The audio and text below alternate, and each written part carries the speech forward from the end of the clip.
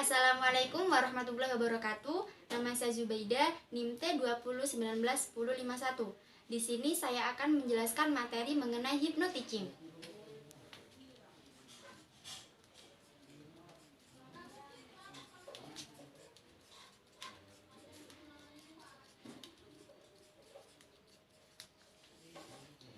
Nah, pada kali ini ada beberapa subbab yang akan saya jelaskan mengenai hypnoteaching itu sendiri.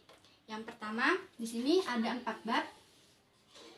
Ada pengertian, kemudian ada langkah-langkah, ada implementasi, dan juga ada kekurangan dan kelebihan.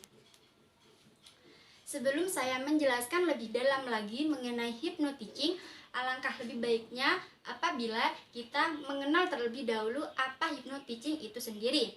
Kita membahas mengenai pengertian hypnoteaching.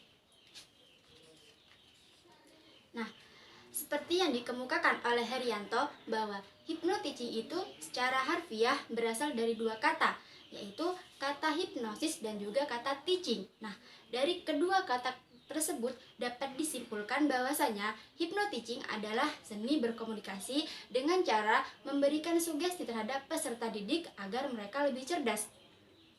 Tujuan diberikannya sugesti tersebut adalah agar para siswa sadar bahwasanya di dalam diri setiap para siswa itu terdapat potensi yang tinggi, namun kemungkinan mereka tidak mengembangkannya atau melakukannya secara maksimal atau optimal di dalam pembelajaran. Jadi dapat disimpulkan bahwa pengertian hypnoteaching itu adalah seni berkomunikasi.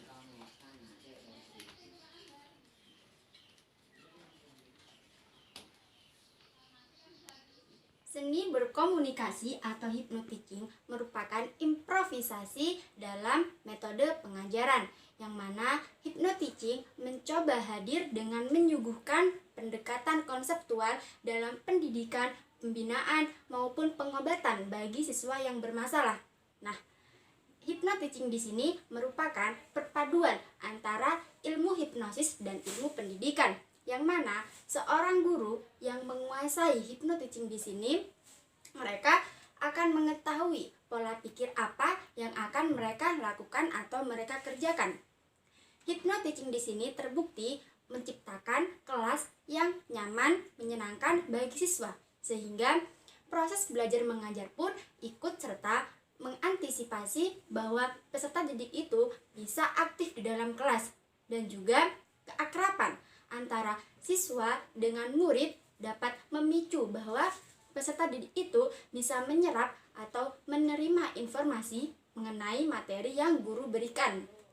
Oke, selanjutnya di sini saya akan membahas mengenai langkah-langkah hypnoteaching. Di sini saya sudah memaparkan atau menuliskan beberapa langkah-langkah dalam menerapkan metode hypnoteaching. Berdasarkan sumber data, jika jumlah guru di Indonesia sebanyak 1 juta, maka 1,7% saja guru di Indonesia menggunakan metode pengajaran dengan benar. Sedangkan 88,3% kurangnya guru menggunakan metode ceramah ketika di dalam kelas atau ketika mengajar. Nah, seorang guru jika ingin menerapkan atau menggunakan metode hypnoteaching di dalam pembelajaran, maka seorang guru itu harus memenuhi beberapa langkah-langkah. Yang pertama yaitu niat dan motivasi yang tinggi. Seseorang jika ingin melakukan sesuatu hal atau melakukan suatu perbuatan, maka harus disertai dengan niat. Karena niat yang tinggi akan menimbulkan motivasi yang tinggi pula. Yang kedua yaitu teknik pacing. Pacing di sini artinya menyamakan posisi, yang mana seseorang atau manusia lebih senang ketika mereka berkumpul dengan orang-orang yang memiliki kesamaan dengan mereka. Prinsip dasarnya di sini adalah manusia cenderung atau lebih suka atau sering berkumpul dengan orang-orang yang memiliki kesamaan dengan mereka. Yang ketiga yaitu leading. Leading di sini yaitu pemimpin atau membina. Seorang guru harus bisa menjadi sosok pemimpin atau pembina ketika dalam proses pembelajaran. Karena jika guru sudah bisa menjadi pemimpin dan pembina di dalam kelas, maka murid atau peserta didik dengan mudah mengikuti apa yang disuruh suruh atau mengikuti dan mengerjakan tugas yang diberikan oleh guru. Yang keempat yaitu kata-kata positif. Hendaknya guru juga bisa memberikan kata-kata yang baik, kata-kata yang positif terhadap peserta didiknya, karena kata-kata yang dikeluarkan oleh guru akan menjadi motivasi bagi peserta didik. Yang kelima yaitu pujian. Pujian di sini bisa berupa reward, yang mana pujian atau reward ini diberikan kepada peserta didik yang berprestasi dengan tujuan agar peserta didik itu dapat belajar lebih baik lagi dan meningkatkan prestasinya. Yang keenam yaitu modeling. Seorang guru tidak hanya pandai dalam bercakap atau berbicara, tapi guru juga harus pandai dalam berperilaku, dalam bertindak, karena setiap yang dilakukan ataupun diucapkan oleh guru itu pastinya akan ditiru oleh peserta didik. Dari situ maka guru bisa menjadi tauladan bagi murid, dan murid juga bisa mempercayai bahwa guru itu adalah sosok tauladan yang baik. Yang ketujuh atau yang terakhir yaitu menguasai materi secara komprehensif atau keseluruhan. Sudah menjadi kewajiban dan harus bagi seorang guru menguasai materi secara keseluruhan, karena setiap penjelasan yang mereka berikan, setiap materi yang mereka berikan haruslah disertai dengan sumber-sumber atau materi yang jelas, sehingga murid atau peserta didik bisa menerima dan memahami pelajaran tersebut dengan baik. Setelah kita mengetahui beberapa langkah untuk melakukan metode hypnoteaching, sekarang saya akan menjelaskan mengenai bagaimana cara mengimplementasikan hypnoteaching di dalam pembelajaran. Di sini diketahui bahwa tidak semua guru bisa menerapkan metode hypnoteaching di dalam pembelajaran.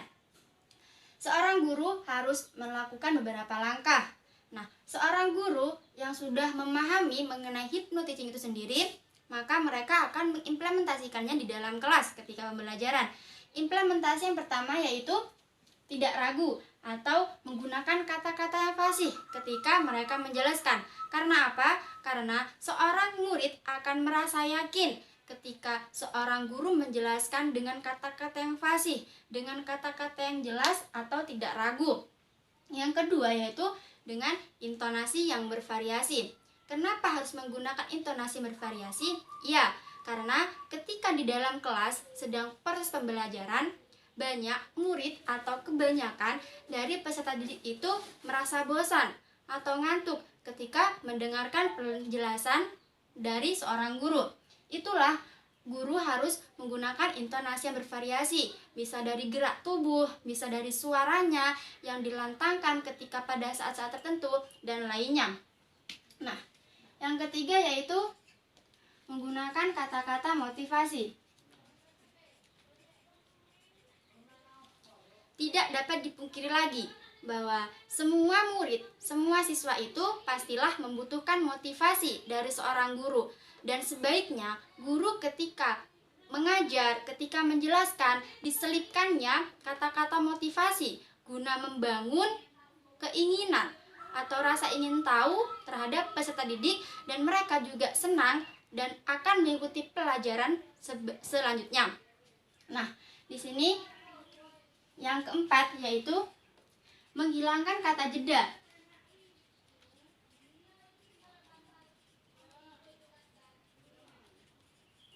Kata jeda seperti apa yang dimaksud di sini? Biasanya atau kebanyakan seorang guru ketika menjelaskan, mereka cenderung ketika menjelaskan dengan kata-kata nah, itu sebaiknya dihindari karena dapat menimbulkan rasa keraguan di dalam diri siswa, dan juga terkadang siswa itu jika mendengarkan kata-kata tersebut dari seorang guru, maka siswa itu akan merasa bosan, ngantuk, dan lain sebagainya. Nah, kemudian yang kelima yaitu guru di sini adalah seorang fasilitator. Maksudnya di sini guru sebagai fasilitator artinya guru memberikan kebebasan kepada peserta didiknya. Murid itu bagaikan burung yang terbang bebas, bukan burung yang berada di dalam sangkar. Artinya, guru memberikan kesempatan kepada peserta didiknya untuk mencari bakatnya, untuk mencari materi dan jawaban, untuk mencari apa potensi yang sebenarnya mereka miliki. Nah, tugas seorang guru di sini adalah sebagai fasilitator, memfasilitasi, memberikan apa yang dibutuhkan oleh murid, memberikan apa yang disenangi oleh murid. Di sini kita telah mempelajari mengenai pengertian, langkah-langkah, dan bagaimana cara mengimplementasikan hypnoteaching itu di dalam pembelajaran. Nah, yang terakhir saya akan menjelaskan mengenai kekurangan dan kelebihan dari hypnoteaching. Yang pertama yaitu kelebihan. Nah, hypnoteaching di sini memiliki kelebihan, yaitu suasana kelas yang aktif. Karena guru di sini berperan sebagai fasilitator, sedangkan murid diberikan kebebasan dalam belajar. Mereka diberikan kebebasan untuk meningkatkan potensi dan mencari jati dirinya sendiri. Nah, kemudian yang kedua yaitu apabila guru menemukan siswa yang sulit diajarkan atau susah melakukan perilaku yang baik, guru di sini bisa membantu atau bisa merubah perilaku tersebut dengan cara metode hypnoteaching. Nah, yang ketiga yaitu terciptanya keakraban antara siswa dan guru. Karena di sini hypnoteaching merupakan seni berkomunikasi, sehingga apabila antara guru dan murid akrab, maka murid tersebut akan mudah menerima atau mempelajari materi yang disampaikan. Di sini yaitu guru membantu menangani masalah siswa. Dan yang ketiga tadi yaitu tentang keakraban antara guru dan murid. Akrab. Nah, yang kedua yaitu kekurangan hypnoteaching. Kekurangan. Nah, kekurangannya di sini yaitu ketika di dalam kelas banyak atau jumlah siswa yang cenderung banyak dapat menyulitkan guru untuk memberikan perhatian satu persatu terhadap siswanya. Jadi di sini siswa yang banyak.